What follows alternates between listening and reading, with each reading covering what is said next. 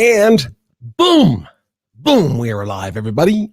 Welcome to the LinkedUp on LinkedIn. I'm Peter Clarke, Red TV, and I hope everyone's doing good out there. We're streaming live here on LinkedIn. We're, of course, on YouTube, Facebook, and Twitter, and Twitch, and pretty much anything else we can find that we're able to get out and do a live broadcast.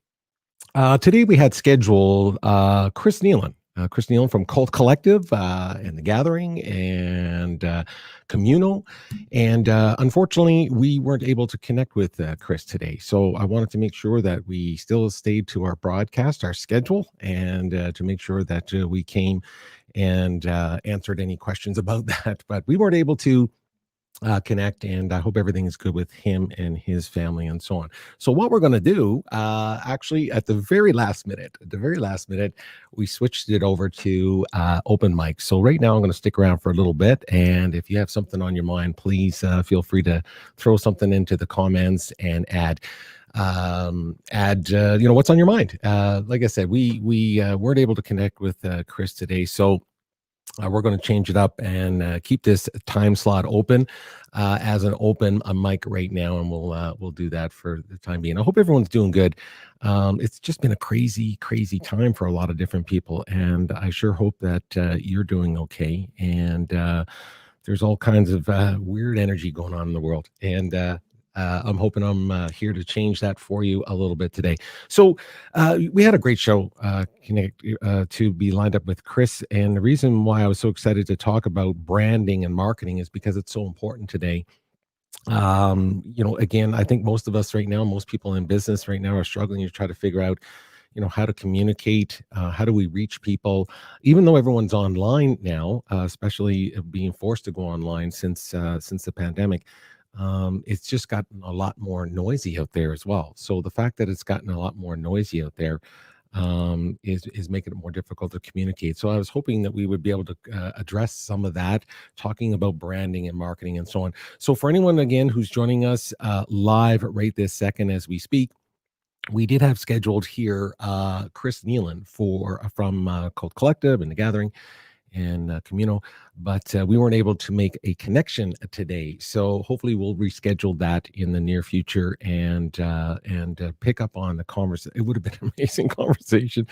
There's just so much to cover about The Gathering that's coming up in April. I think they're coming up with a live event.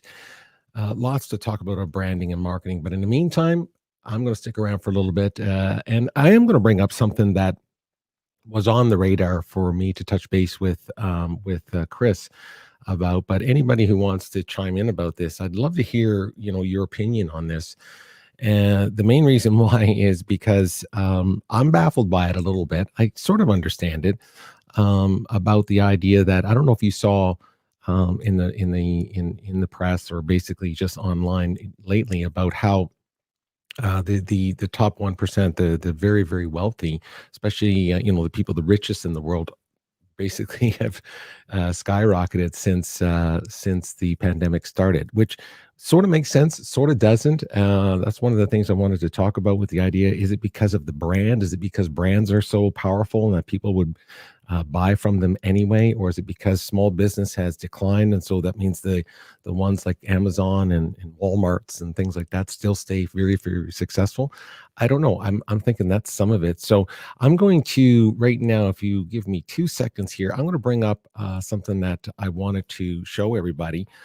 This particular graphic. Let's see if I can get this graphic up for you about the rich getting richer, and that's not a negative thing, by the way. I'm happy for them. I really am. I'm not. I'm not joking about that. I'm happy for them. If if you have a brand that's doing super well in 2021, that's fantastic. I mean, you're very lucky and very fortunate. There's a lot of brands and organizations that aren't so lucky right now, and travel industry is one specifically. Here in Canada, we just recently saw two of our major airlines announce layoffs, more decline in their routes. So the service is being declined as well around the country and so on. Some of the revenues are just absolutely crazy. So some of the revenues are gone one way if you're a big brand, and they're gone another way. I see. Listen, the world is weird. Okay, but I see Mr. Chris Kneeland in the green room. Listen, this is the magic of live. I don't get rattled very often, but today I was so pumped to have him. And then I was like, oh, gosh, now I got to ad lib. But God love him if this is the case. More importantly, he's safe and sound. So let me just see if this is actually going to happen right this second, everybody. Give me 2 seconds here, Chris. I see you in the background there. Look. I had you all ready to rock and roll, had the big intro for the guy, and then he does a rock star on me. He does a rock star. I can't believe it. Like, if I was at the gathering and showed up 5 minutes late for my speech, he would carve me a brand new one. I know what he's like. Anyway, let's get to something really, really cool. Let's bring in, oh God, I'm so glad he was able to join us. Here we go. Look. Mr. Chris Kneeland, how are you?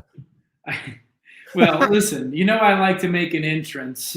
Boy, you just did that. I just went on there and pouted and told everyone I couldn't get a hold of you, and now they're all gone. No, this is much more an issue of your link was in my spam folder, and I've been trying to email people for the past 10 minutes saying, how do I log into this thing? So I've eventually found it. Maybe, but I also didn't realize we were jumping in live. I thought we were going to shoot the shit for 10 minutes, and then you were going to say, okay, I'm going to hit record. So, well, if that's right. If you check your spam email and you see what I said, that's what I said. I said, let's get on. Hey, listen, let's forget all about that. I'm so pumped that you're here. I'm so glad that you're here. I hope that it sounds like you're really busy, but I hope I got more than 30 minutes of your time. But anyway, I'm going to try to keep it tight if I can for you. I have so much I want to cover. Sure. But I'll tell you what. Now that we're all in and we're like and stuff like that, let's show everybody why I was so pumped. I'm going to show everybody a little bit about you. Then we'll come back and we'll dive right into the conversation.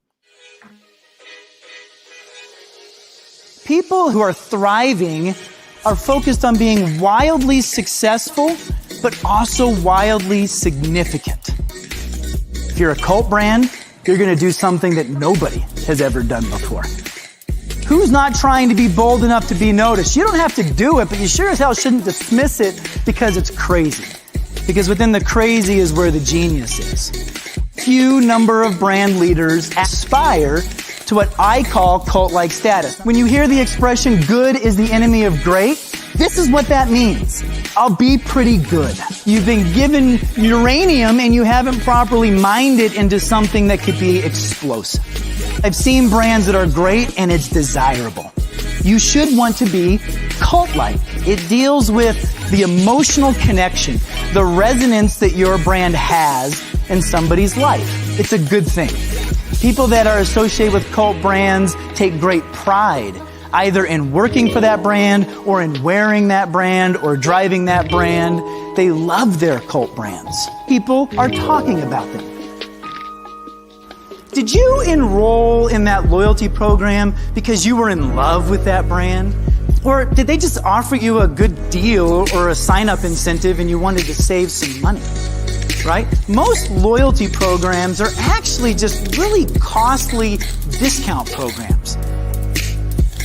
To find the people with the drive and the desire and the courage to demand more of themselves, more of their careers, more of their companies, to try to do something really, really hard, but so worth it. These are the brands that are doing it spectacularly right. These are the brands that are thriving. All we have to do is have the courage to follow their example. All you're offering them is a transaction. People crave connection. People want to be part of something bigger than themselves. You have an opportunity to offer that to them. Do not sell yourselves short. Do not engage in that race to the bottom in which you will be relying on mass media and markdowns, because trying to win by shouting the loudest is a very hard game to win. Thank you. You could go hard or you could go home. You could live life or you could just fold the line. If you're home, 'cause I'ma go for broke. I mean, boom, kaboom. How good is that? Well, listen, I'm my biggest fan, and even that I was like, this is 2 minutes too long. I know. I think I was watching. I was going like, "Oh, this is painful for him. This is painful." But when you glance through that and you go down memory lane real quick there. I mean, it's pretty cool to kind of look back and go, "Yeah, I did okay. I've been doing okay with this gathering thing and this cult thing, right?" I mean, it's pretty cool to look back at that. It's funny because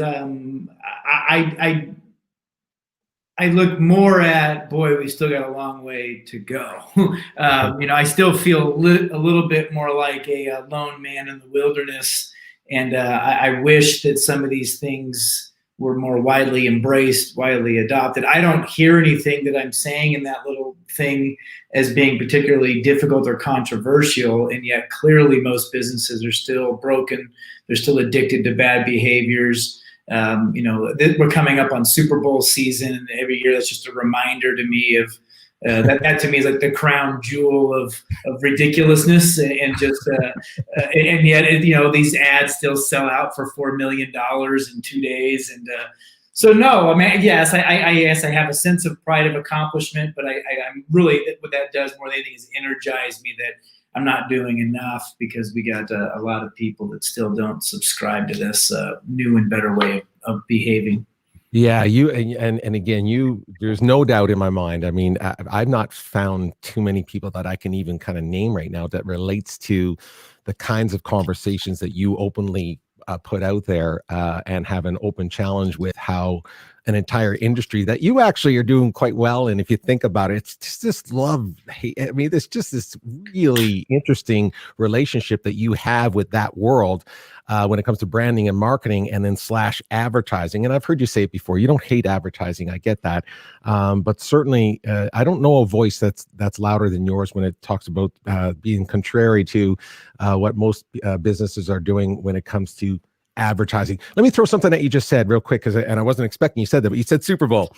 And it's funny, of course, there's some guy out there, he's doing pretty good for himself. He's called Gary Vee. So Gary Vee always talks about, he still thinks that's the most underpriced piece of, I guess, awareness out there. And that is so contrary of what you just said. So I just wonder, can you address that? No, actually, it's exactly the same. It's because Gary Vee is a representative of an establishment that has prioritized buying impressions. And if you're in the media business, which VaynerMedia is, it is still the best CPM because of the amount, the ecosystem around it. Not just 100 million viewers, but 2 weeks leading up to it, we're talking about the ads. It's the one time a year people give a damn about commercials, and we're not DVRing past them or Netflixing and not enjoying them. So if your lens of success is I need to get in front of the most people, then I'm not anti Super Bowl commercial. What I'm anti is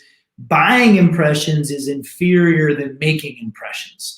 And just because somebody thinks that you had a funny Super Bowl spot does not mean I'm going to now buy their product more often, or I'm going to think differently about Pepsi, or I'm going to even understand what they actually do. A la GoDaddy had sexy girls on Super Bowl commercials for years, and I never understood all of the services that were available at GoDaddy. So it's just about, what is your objective? And I love the craft of marketing. I actually would argue I'm the champion to saying rise up and live up to your potential.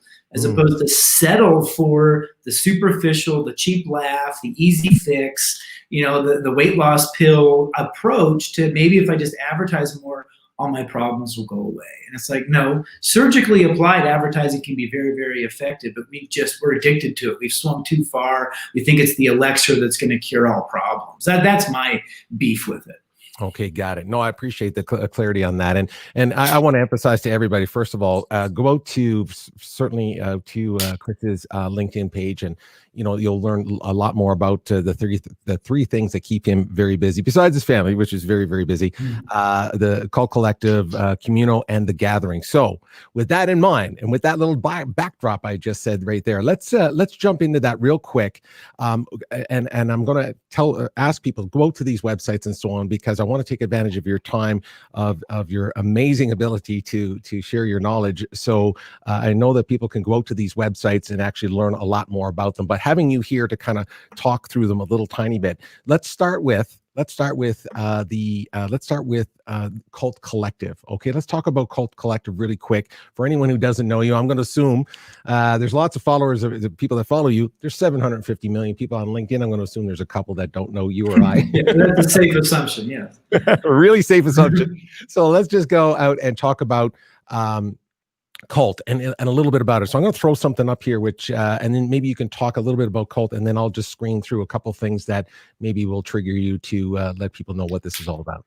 So the gist of Cult was, after a 15-year career of largely focusing on marketing communications, I grew a conscience, and I said I can no longer, in good faith, pretend that all of this energy and money that our clients are spending on communications is going to fix their problem. It was too much lipstick on too many pigs. And so we said, what if there was a different way to have a different conversation? And rather than getting in the ad business, it's somebody else is defining, okay, here's the problem, now go make commercials or buy ads or buy media to make the problem. Let's launch a new product, let's enter a new market, let's attract a new customer, whatever it might be. Cult became more about, what if the question wasn't, how do I get more people to buy from me? And what if instead the question was, how do I get more people to buy in to me? And I don't need customers, I need cult-like followers. And to do that, I don't need more ads, I need more advocates. And so we started to just say, boy, if you ask a different question, you go down a completely different path of not just building awareness, but of building advocacy. And the playbook to build an advocate is very, very different than the playbook. But you kind of get both. Nobody advocates for something that they don't know about.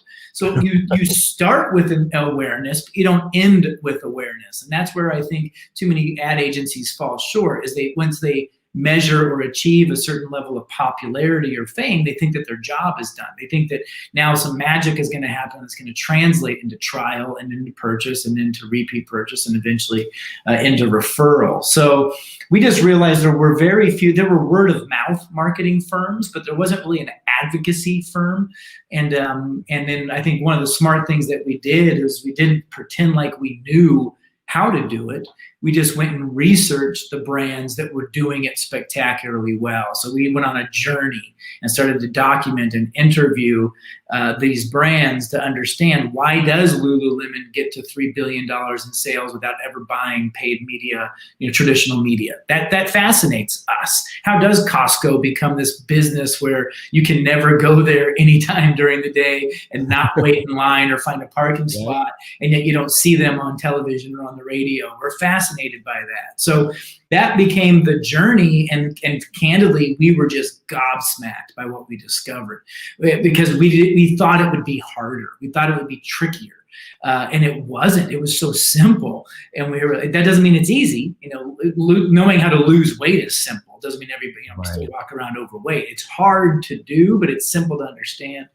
And that was really, to what I'm guessing you're going to ask next, is about the gathering. The gathering was simply, it felt selfish keeping all these stories to ourselves. Yes, it resulted in a book. Yes, it informed our consulting practice, but they were just too awesome. And people were willing to share them freely. I remember in the early days, the CMO of Harley Davidson stands up at the gathering and says I spend 85% of my budget on retention and growth strategies, not awareness and acquisition strategies. And there's like an audible gasp in the room, because that is exactly the opposite of what everybody else is doing. They're spending 85% of their discretionary marketing dollars on acquisition.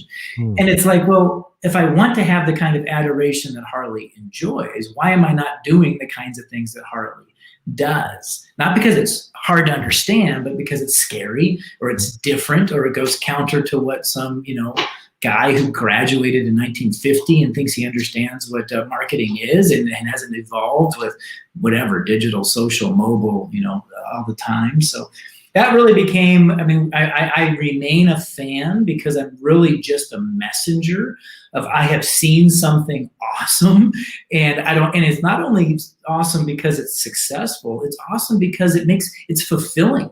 Cult brand leaders are happier. They're just better people. Peter, you've been there. These are like remarkable individuals that have a state of fulfillment and contentment and satisfaction with their lives, because they know they're not just making money.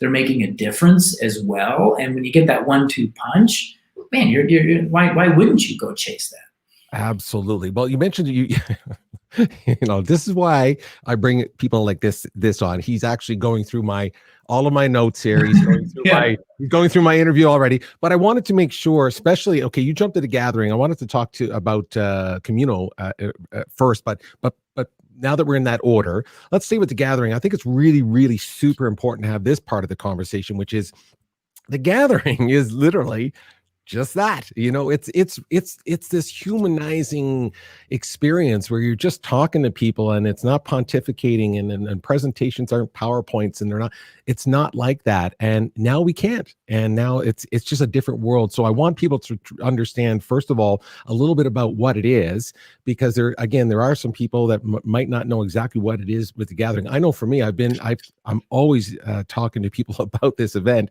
saying, man, you should check this out. And I'm always amazed, even locally, if people might say, well, what is that again? I'm like, wow, okay, so we need, and that's not a slight to anything about the awareness of it. It's just there's so much noise today that sometimes things get through the cracks. So right now, you're going to bring this online, which is going to be phenomenal to see how that plays out. I know you're a big fan of TED, and I know you like the idea that if you can pull it off that way.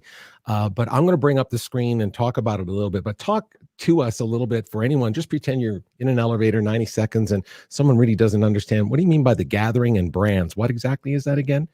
Can you just talk to that? And I'll bring up the screen so people can see that they can register and get involved with the next event. The gathering is our attempt to showcase what the world's most iconic cult-like brands are doing.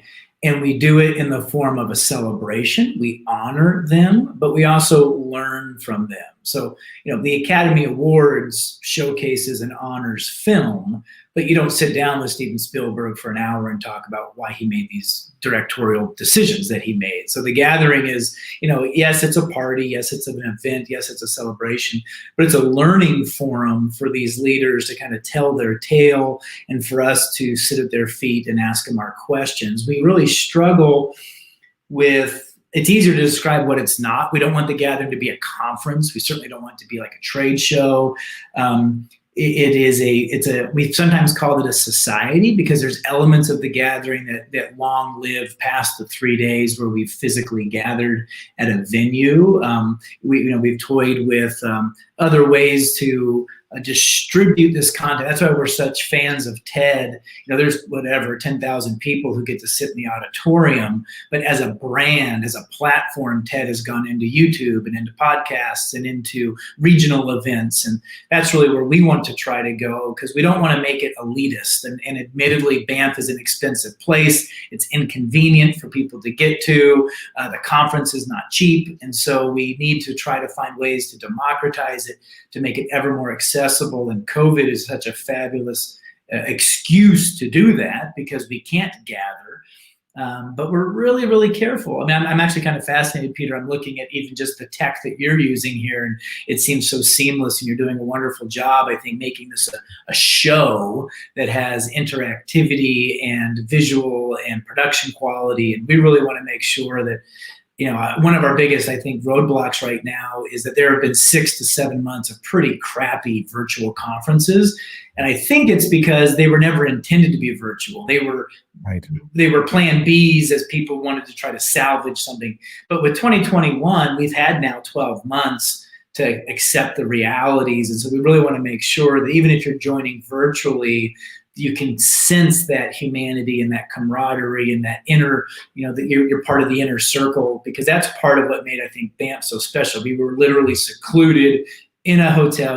Vegas was an early sponsor of the gathering, and I think they were making a persuasive pitch to try to get us to move it to Vegas. Sure. The thing is that when you go to Vegas, it's about Vegas. And it's like, how quickly can I get through this business thing so that I can catch a show or hit the restaurant or go to the club? And same with New York or Chicago or Orlando. And we're like, in Banff, there's really not much else to do or anywhere else to go. You can obviously go skiing one day, but it's like, there was something very special about that recipe of we're in this castle together, and we're gonna meet each other at the bar. We're gonna bump into people, and we always take great pride in the fact of these weird deals that come out of it, like Vice Media, collaborating with Airbnb, or GoPro doing something with the NHL. It's like not because they went into it with a salesy attitude, but they just smart people sitting around and being open-minded.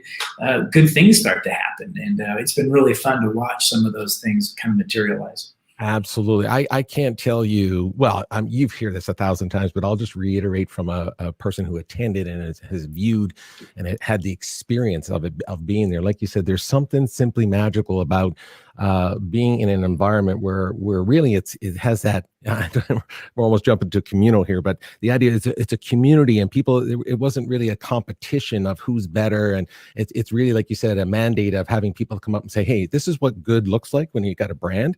And there's a humility there. I mean, there's a lot of super big names and so on. I mean, I'm so sad to see that, for example, I had a great pleasure to meet Tony Hesh out there, right? For example, and these are the types of people that you've had. And I'm just showing people right now what you're working on for 2021. The kinds of brands we're talking about, everybody, these are global, iconic brands in their own verticals, in most cases, outside of brands like Amazon and Netflix, which are just gigantic globally, and Kijiji, these kinds of things. Barbie, and this is what I'm saying. Like, you bring such an element of community and learning and education, and yet there's a lot of fun and camaraderie and all that stuff. So, bringing it to the screen is going to be fascinating, and I'm so wishing you luck on that. I really mean that, and I'm looking forward to it. So these are the class. This is the class, everybody. This is the website, cultgathering.com. So please go out to that and check out more about how you can get involved with it. I know that I looked into it and it said there's still tickets available and all that kind of stuff. So we're still scheduled for, did I get that right? Is it April? Is it generally April that you're doing for? Yeah. So, I mean, last summer, we thought we were being very, very conservative by pushing it out of February to April. We just wanted to get out of flu season in case there was some lingering fear. Who would have known we're actually in the throes of the worst month of COVID yet? Right. We still do have intentions on having a small gathering, a couple hundred people in Banff, if permits and governments allow. We're also going to do a similar thing in Los Angeles. So this is our first attempt at kind of taking the show on the road, if you will.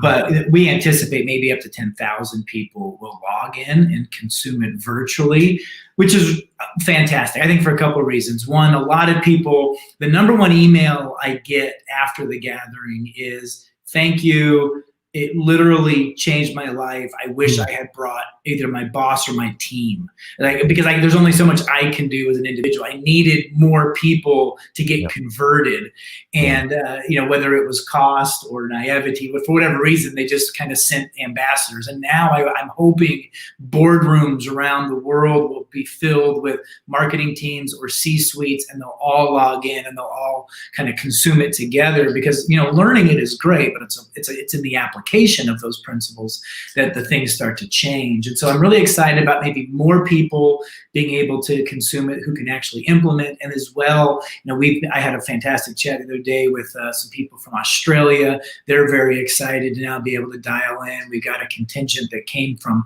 Brazil last year, and they're now taking it and trying to build their own sort of community in Brazil. So that's a global reach. It's the gathering started a bit too Canadian, and then it became a bit too North American. And our goal is to make this thing globally significant. And so this will be our first year really making a dent in that objective. Oh, I love it. I love it. I'm such a fan. I'm excited for you, and I'm going to be watching that closely. Just like you said about being able to bring it to a global. I think this is a fantastic thing. I mean, this is why it was such a nice little secret here in the Rockies, and now it's going to get an opportunity to breathe, whether you wanted it to or not, which is kind of interesting as well. Let's go to Communo. I mean, I was on this last night, Chris, and I was saying to myself, why am I not on this? Yeah. I was literally going, wait a minute, I do all this kind of stuff. Like, I know how to do podcasting and video. I was like, I got to get on this thing. But I want to bring this on, and maybe you can talk a little bit about Communo as well, because I think this is a fantastic, not only a concept, and I don't know how, I'm looking forward to you describing it, but I heard you say somewhere where it was kind of like Communo is kind of like a surfboard riding that tidal wave. And I love the way you kind of talked about that. So explain to people for the first time about Communo. So yeah, I mean, the tidal wave, or what I refer to as the tsunami that we're talking about, is this socio-economic macro trend that hasn't happened in North America since the turn of the 19th century, when all the farmers came into the cities to work in factories. So think about that happening 120 years ago. We are now seeing a shift in the way that people are choosing to work. COVID has been an accelerant of that shift, which is really the rise of not just the remote workforce, but the independent professional. So by the data that I got in 2018 was that by 2024, 50%, more than 50% of North Americans will be self-employed. So that was, then you think about 100 years of people kind of relying on an employer for everything from their compensation to their health benefits to their professional identity, that is shifting. And so that has so many implications. It's too much to go into. But one of the opportunities within the marketing, advertising, digital space was to sort of unleash the creative talent that for decades had sort of aggregated within large holding companies and large agencies, maybe in-house studios, and said, that talent can be disseminated across several dozens of different brands, and we're no longer bound by time and space. The IT world grasped this years ago, really for an efficiency play. They offshored technology builds to India or to Philippines or to Colombia because of just lower cost talent. Manufacturing sector did that years ago, moving things to Taiwan or to China to be manufactured, again largely for cost savings. Imagine, Apple working in San Francisco, saving 25% on just the strength of the US dollar, hiring Vancouver-based creatives who are just as talented. They understand English, they understand the culture, they live in the same time zone. It's just an opportunity to do different ways of building our team. So, Cult was helping brands talk about what they should do differently. And Communo is more about how you should do those things. Where do you get this talent? How do you find specialists? And if you shatter the belief that everybody has to be on your payroll, and if you shatter the belief that the best talent works for some Madison Avenue ad agency, all of a sudden you open your eyes to, holy hell, there's tremendous specialization, tremendously talented people. And so let's make those connections. The other thing I would say, Peter, and you will appreciate this, is one of the biggest barriers for creatives to embrace entrepreneurship is they suck at math. They never went to MBA school. Spreadsheets give them hives. Like, they're artists, they're creators, they're coders, they're writers, they're designers. And so they maybe lacked the business acumen that was necessary. So we all know really creative professionals that either by choice or by necessity sort of started their own gigs, and they maybe failed because they didn't know how to build a business. It doesn't mean they weren't talented. In fact, some of the most talented people in the world are the most dysfunctional when it comes to running a business. So the metaphor of a commune was that, you know how to grow tomatoes. I know how to make a marinara sauce, and somebody else can do the dishes. And the three of us together can have a wonderful meal by just relying on the strengths of each other's, strengths, as opposed to everybody having to do everything. So it really tries to create a community feel where we don't have to make all the mistakes ourselves. We can learn from other entrepreneurs. We can exploit other people's talents, and really try to make the world a different place in terms of how we think about. Communo is very, very specific on the marketing, advertising, and digital space. Similar type models exist. There's one called LinkedUp, where it's how do you get a bunch of gearheads to go out to the oil fields, right? There's one for accountants of how do you get people to do your tax strategies or your bookkeeping. So I'm a big fan of what we call the verticalization of talent, where you might have a Communo-like tool for your supply chain, for your HR, for your accounting, and for your marketing department, as an example. I just love, again, it's the mindset that I fall in love with. It's the execution of it is everything. I mean, everyone's got great ideas. I mean, these days specifically, everyone seems to have an idea. It's the execution of those ideas, and this alone of what you're talking about bringing together in the spirit of what it's trying to do, of bringing together the talent and bringing in the times that we live in, which is, like you said, I mean, Industrial Revolution idea where people are leaving the farms and going to the city. Well, now here we are kind of leaving the city and going back to the suburbs, and everyone's sitting home in their home offices, and it's kind of going the other way, but it's still the same philosophy, and you're creating a space where people can actually do that. And it's a human way too. Again, through that website, I recognized, I just kept on saying, as a creative person myself who runs their own business, you're going, why am I not here? So anyway, I gotta figure out how to join all that. It looks pretty straightforward, and I love the fact that you brought it to market. And I've heard you talk about in other conversations of what your goals are, what it is. It is a different animal than cults, so everyone knows that it's a different animal than cult. It's certainly different than the gathering. These are very, very specific things that eat up a lot of your time. So so I appreciate all of that. Listen, that's just we're just getting started. I hope you got a couple of minutes here. I wanted to show you something that I found on your LinkedIn page, and I thought it was interesting. I don't know if people do that, but I kind of do that. I go out and kind of look at things like this that I'm going to show you right now. But I want to show you something. I thought it was interesting. Do you recognize that name there, Captain? Yeah. So let me read this. Let me read this so everyone hears it. When we worked together at Home Depot, Chris always brought a mix of both strategic thought and creativity to the table. He was willing to look for new and different ways to differentiate the messaging, but he had a customer first perspective. He reminded us to think about our customers and what they wanted and needed, working to make our communications more understandable in turn, and our brand more valuable. So more valuable because of the communication and so on. So, I think that's fascinating because you are known as a great communicator. And I know I've heard you say in another interview somewhere where you said all great, this is one of your quotes, one of your favorite quotes, all great transformations begin with linguistics, right? I do love that quote. It's not mine. It's not mine. It probably came from like The Art of War or something like that. Sure. Smarter than me. No, that's fantastic. I love the fact you use linguistics and so on. So if you want to change behavior, change how you talk. And so let me ask you this: now that the pandemic has basically taken hold, and here we are, C-suites and founders and so on have been pushed online, and they're forced to communicate like we're doing right now, Zoom meetings, all kinds of different things. What kind of cult collective advice would you give C-suites and founders about stepping up their game when it comes to their communication style and how they talk, or their linguistics, as you put it? Yeah, I think I have two big thoughts. One is we have bastardized the channel. I mean, I actually think it's actually quite fascinating, because I think taking Twitter away from Trump is more impactful than impeaching him.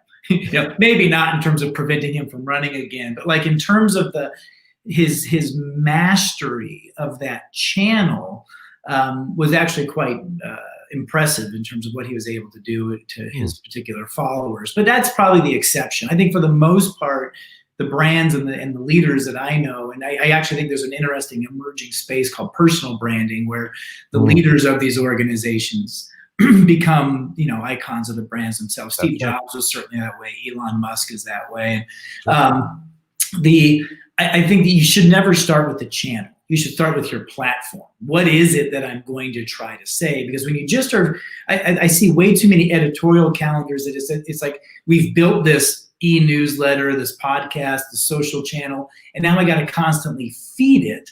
And the quality of the food is not very good. You just think that the activity itself is sufficient. And so, I'd much rather have one person doing one thing a month on a channel that's irresistible than feeling like every day I have to keep 5 of these platforms, going, kind of a thing. So there really is a quality versus quantity thing, that when you approach it from a channel message, you're more at risk of becoming quantity centric, versus if you come at it from a quality perspective, you're going to really be discerning and think about what your thoughts are, and give people something worthy of their attention.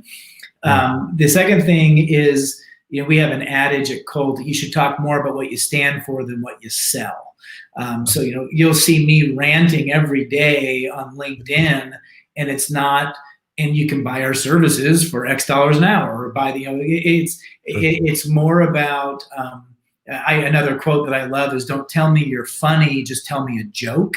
And so it's like, okay, well, let's just start perpetuating the Colt brand ideology. And if people drink that Kool-Aid, then they're going to naturally look for ways to implement it themselves, and they may naturally decide they need some help with that. That's why we don't respond to RFPs. Like, we're not about trying to beg you to hire us. We want you to beg you to say, we've taken this as far as we can. We need some extra help. Can you please come in here and push us over, that edge, kind of a thing. So I think of content is still king, but you got to kind of show, not say, and you have to make sure that you're, it's a little anti-Gary Vaynerchuk, because I think Gary Vaynerchuk is in the quantity business.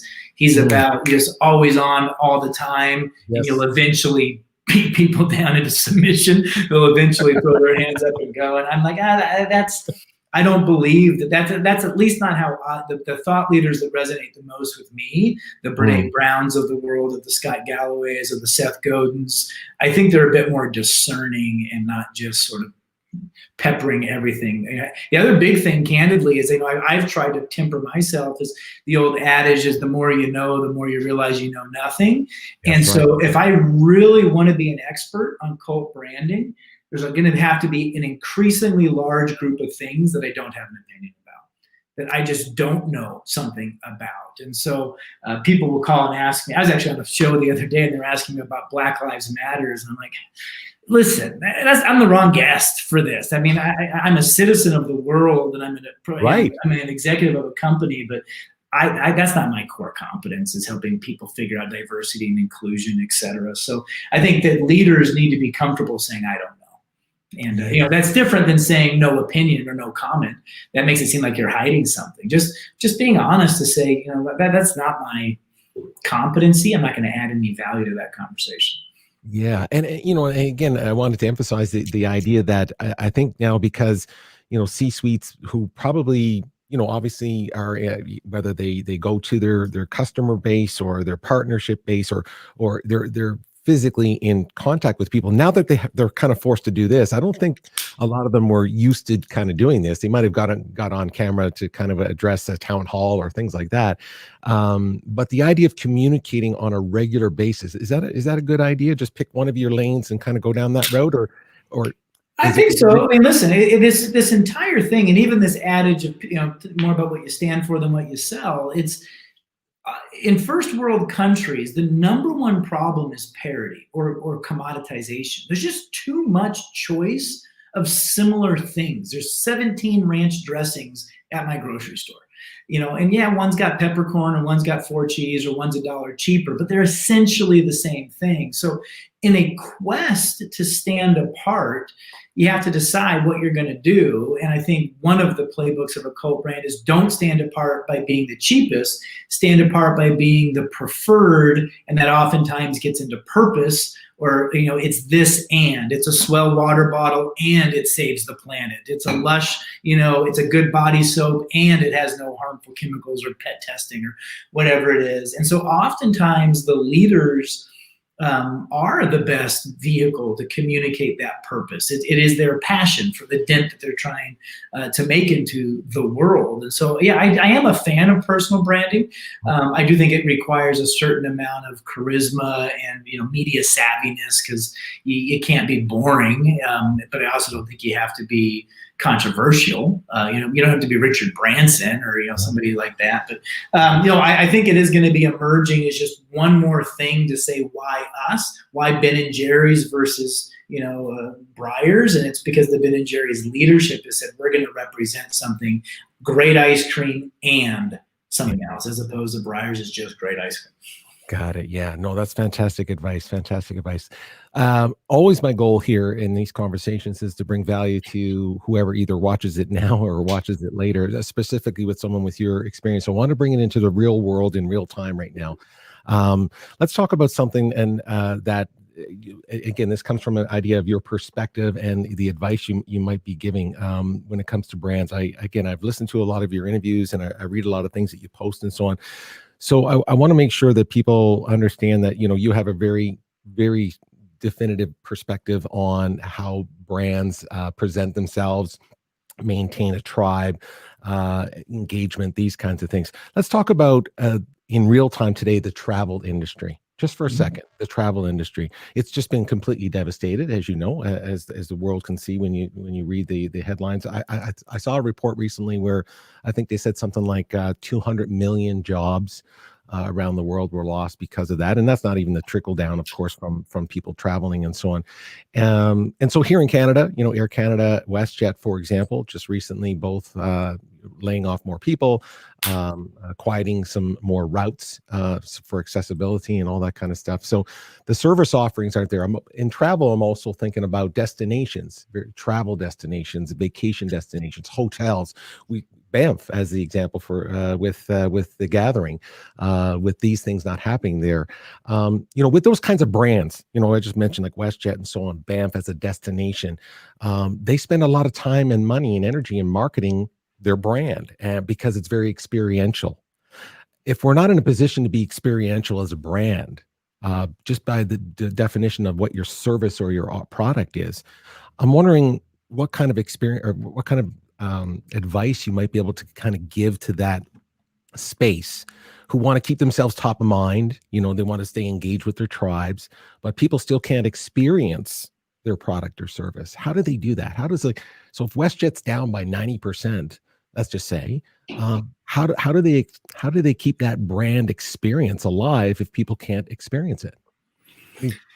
Well, it's tough. I mean, first of all, there is no class in graduate school, pandemic marketing 101, right? I mean, these are uncharted things we're in uncharted waters where there's really two issues. There's instilling customer trust. Like, I personally feel completely comfortable traveling anywhere in the world right now.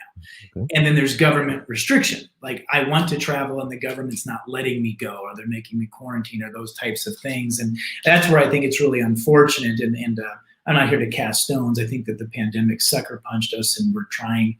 I do think it's been overly politicized. But so there's some things that might say, WestJet cannot change government imposed restrictions. Therefore, they need to keep their powder dry and or pivot into other things. I mean, at the same time that WestJet and Air Canada are down 80-90%, Airbnb had the largest IPO launch in 2020, and they have found ways to remain relevant. Uber shifted from being a ride delivery service to a food delivery service, and they have endured well. So I do think part of what you need to do is really ask, what business are we in?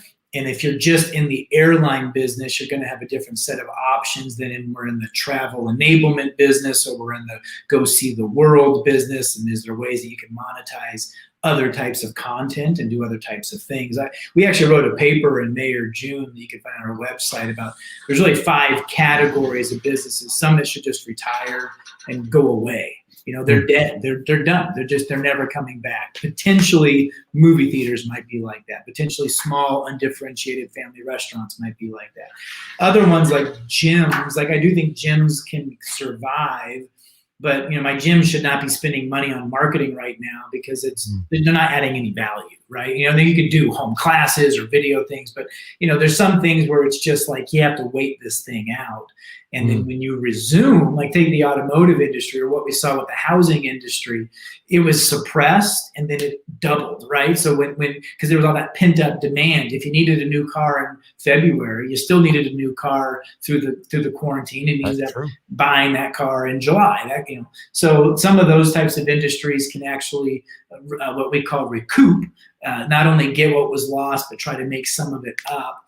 And then there's my favorite category, which we call the reapers, which is pandemic profiteers. People like Zoom, businesses that have exploded, Amazon, mobile apps, home fitness. We were doing some work with the recreational vehicle category. You can't get a side-by-side, a jet ski, a boat, golf course has exploded, all those types of things. So I do think we have to be careful not to think that it's just because it's bad for the travel industry doesn't mean it's bad for the economy, doesn't mean that it's bad for every industry. What's nice about being a consultant is if one's suffering. We had actually just landed a sweet gig with the International Cruise Line Association in February.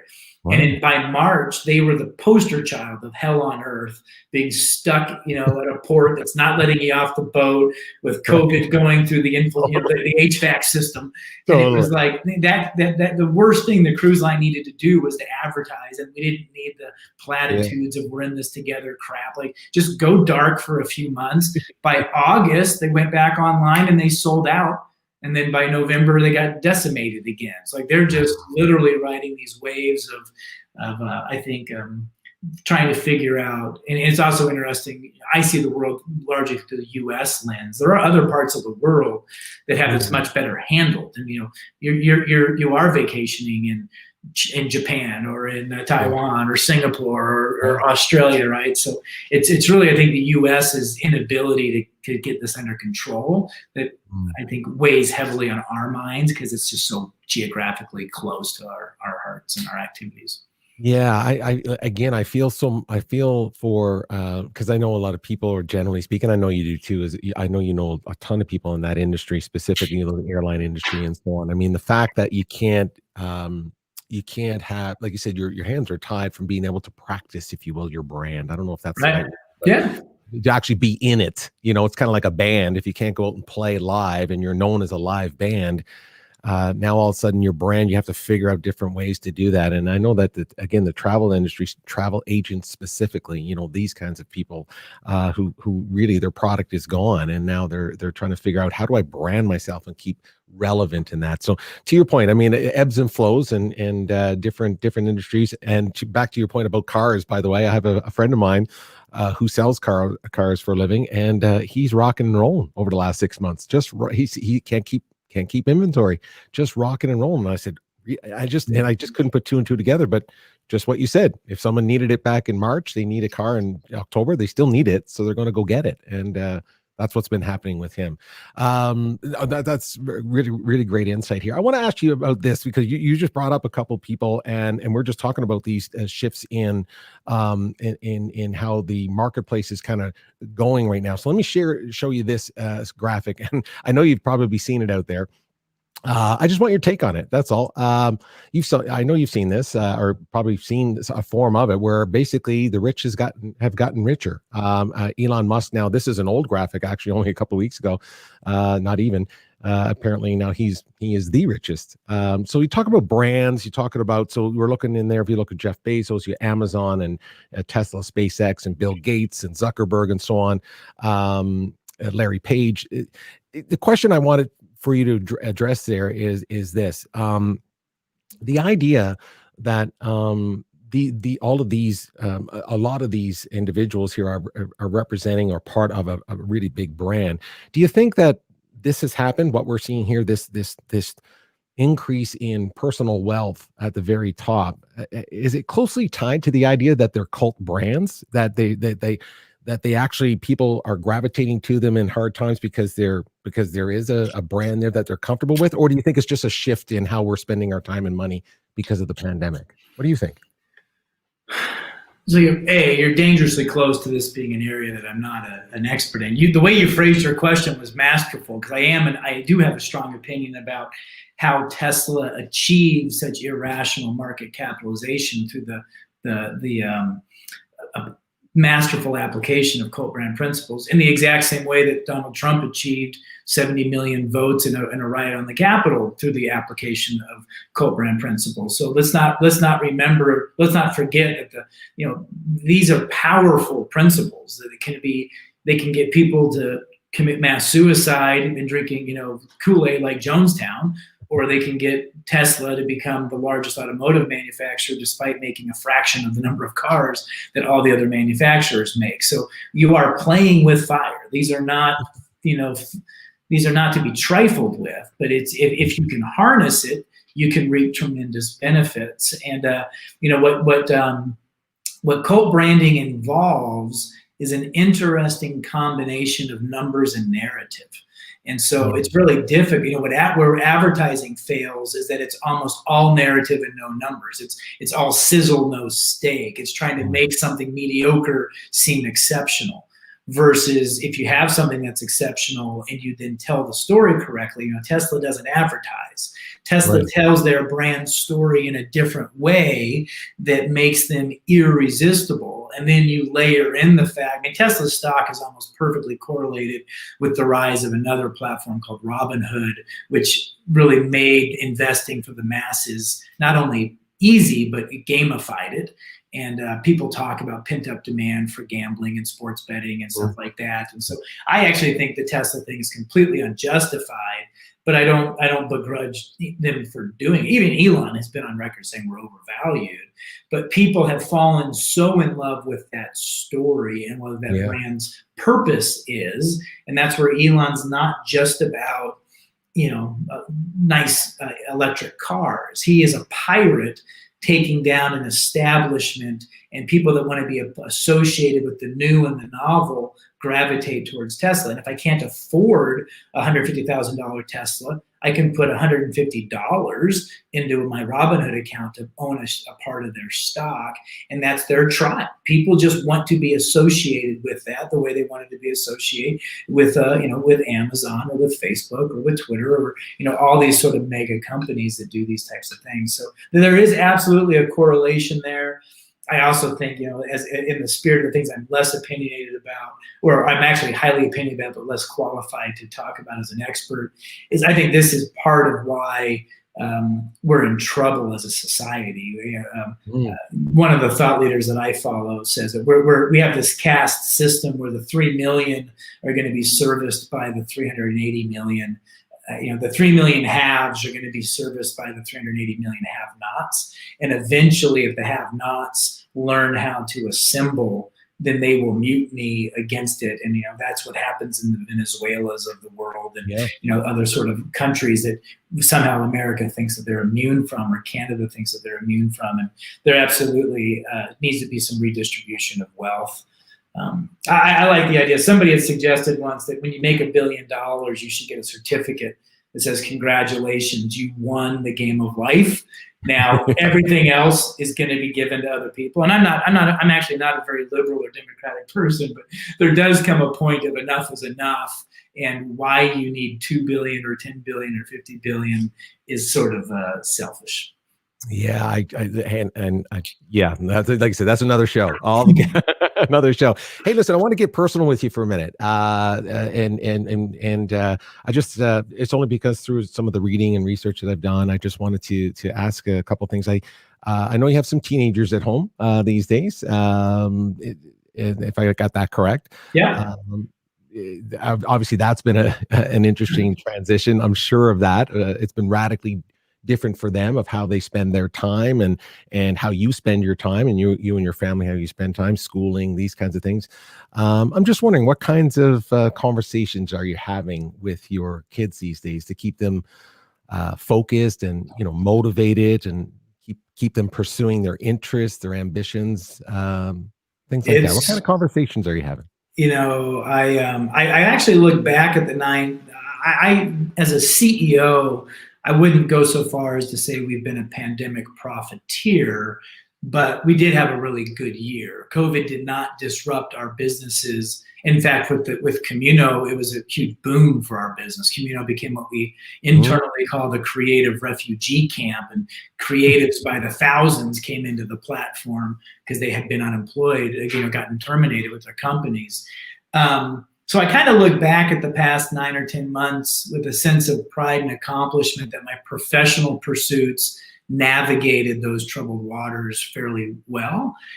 I look back as a father and raising these kids, saying, I think that we are that there's more damage done than maybe we realized. The lack of routine and structure, the lack of socialization. My kids are all very athletic, and canceling the sports programs was very harmful to their good habits, their exercise, their mental health.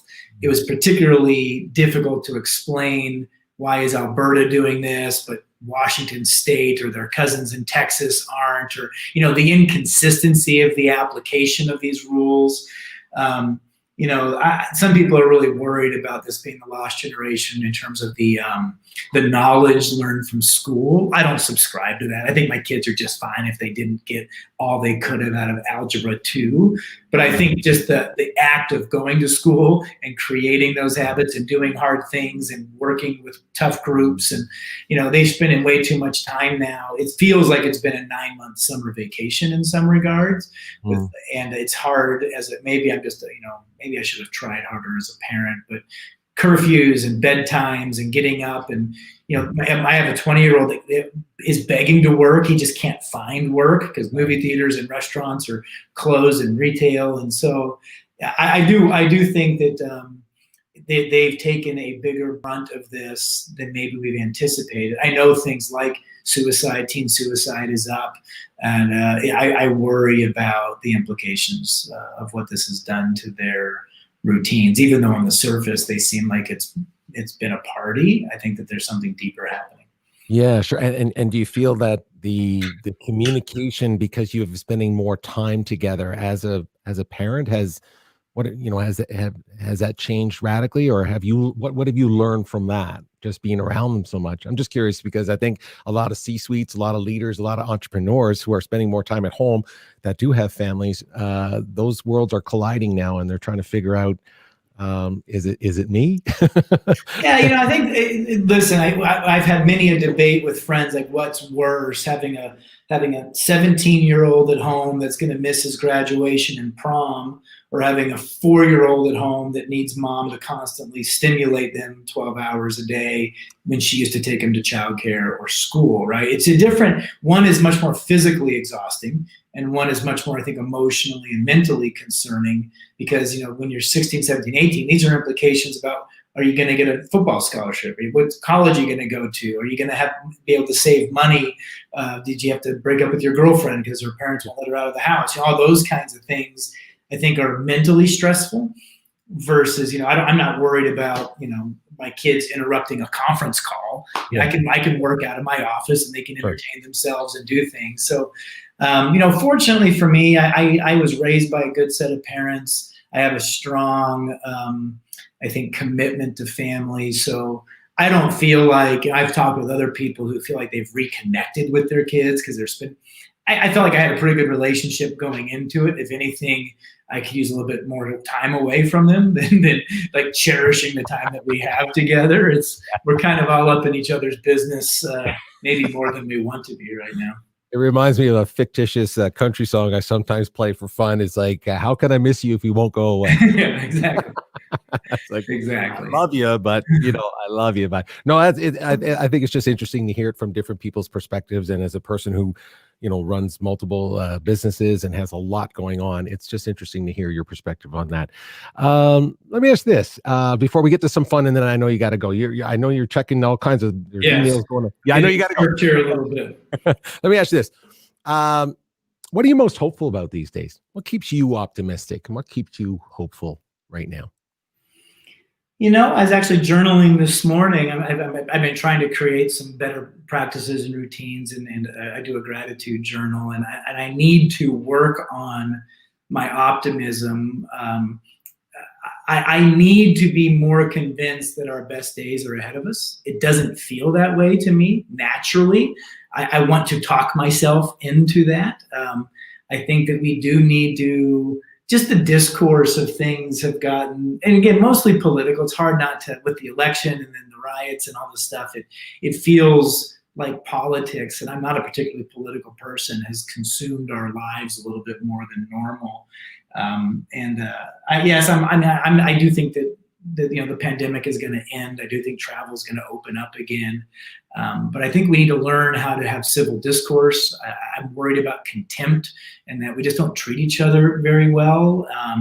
I'm worried about things escalate too quickly. People jump to too many conclusions. We've forgotten how to give each other some grace or the benefit of the doubt. And so, I'm a nobody. I'm not going to change those kinds of things. So in some ways, I sort of, my circle has gotten smaller but deeper in terms of I'm only going to be able to control what I can control amongst a smaller group of people. And, maybe that's good. Maybe that's a sense of community. Maybe that's a sense of purpose or something else.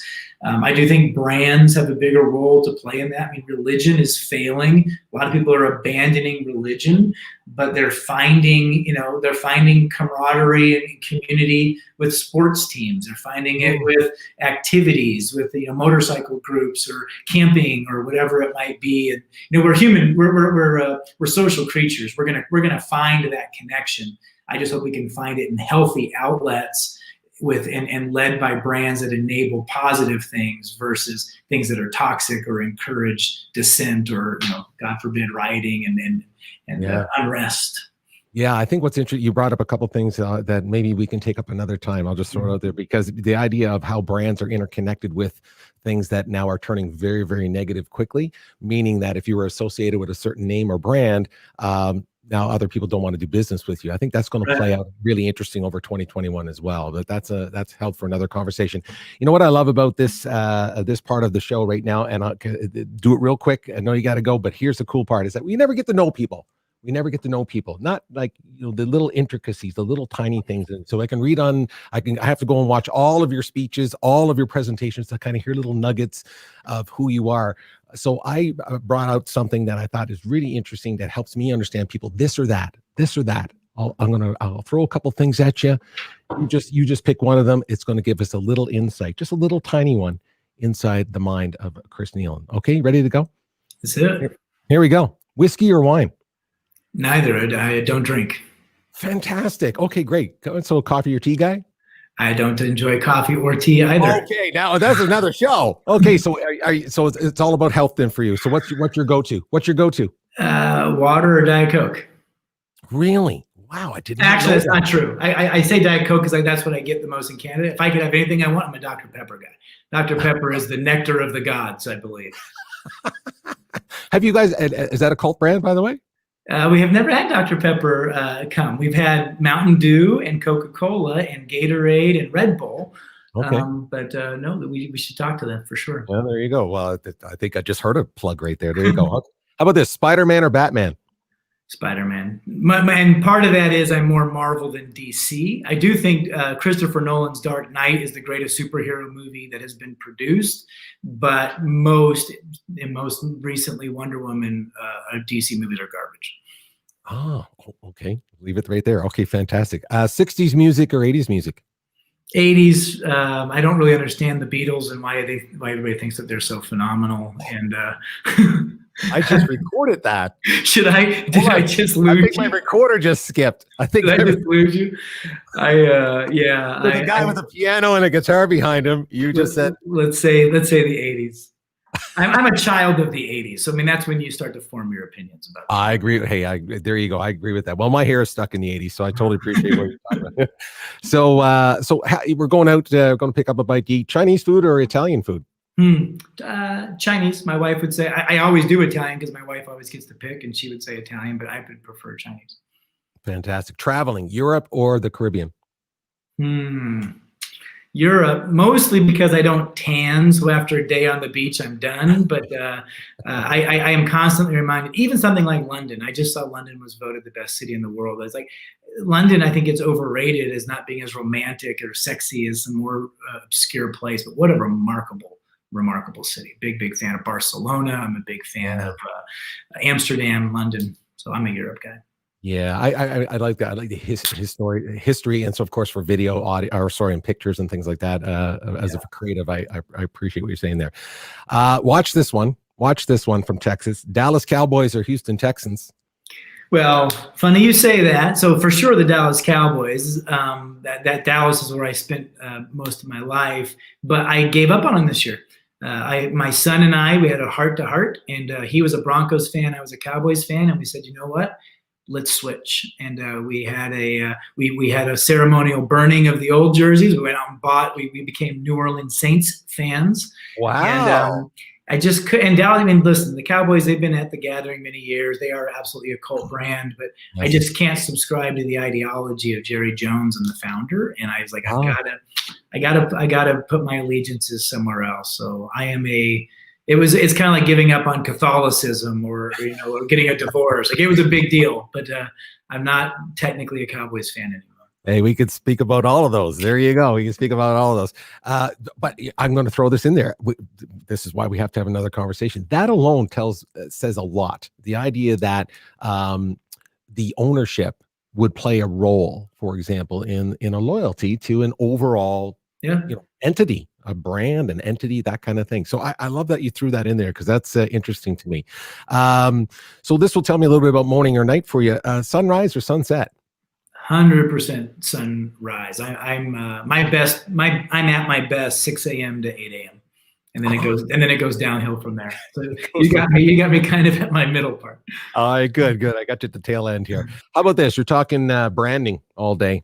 A day with Richard Branson on his Necker Island to talk about Virgin, or a day with Elon Musk to talk about Tesla? I got to go with Richard Branson, just because I think Elon's too out there. I think Branson was more a student and an administrator of some proven principles, and Elon's more of an enigma.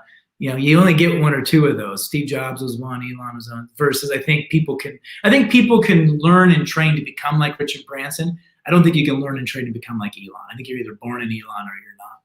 So I think I could learn more from Richard. I would be more fascinated by Elon, but I wouldn't be able to replicate it. Right. Wow, I love that answer. And I want you, at the end of the show here, when we leave, stick around. I'm going to put on a quick little clip of me on Necker Island with Richard. So there you go. How about this one? Hope or freedom?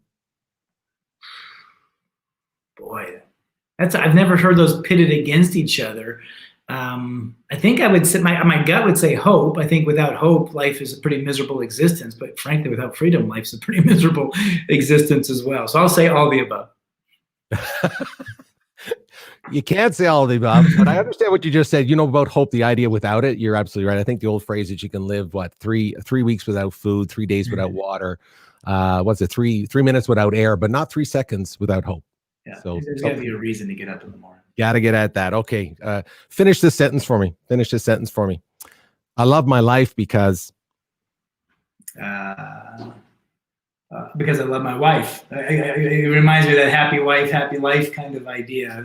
My partner through all of this, and I've been married for 24 years, and a lot of I work to make a life, not to make a living, and a big part of the joy I have in my life is from my life partner. Oh, make sure she gets a copy of that, will you? Can you just cut that little snippet don't out? You worry, I'll cut that. I need some brownie points.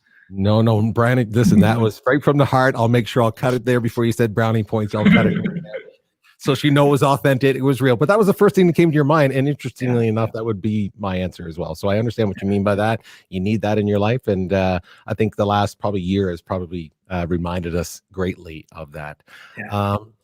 Chris, I'm so pumped and excited and thankful that you showed up. Sorry for the heartburn that I caused at the beginning. I was scrambling myself trying to figure out how the hell I love it. It kept me on my toes. I was like, oh, Peter, you always have to be prepared with 2 shows. I'm always thinking, I do enough research for 1. I need 2. So thanks for that. That's a great reminder for that. I love talking to you. I hope we can do this again, because I have like literally pages and pages and pages of notes of things that you talk about. I recommend to everybody go out and search your name on YouTube, because there's some great presentations on there from the gathering. And there's some obviously great brands that have presentations on your website as well, which is fantastic.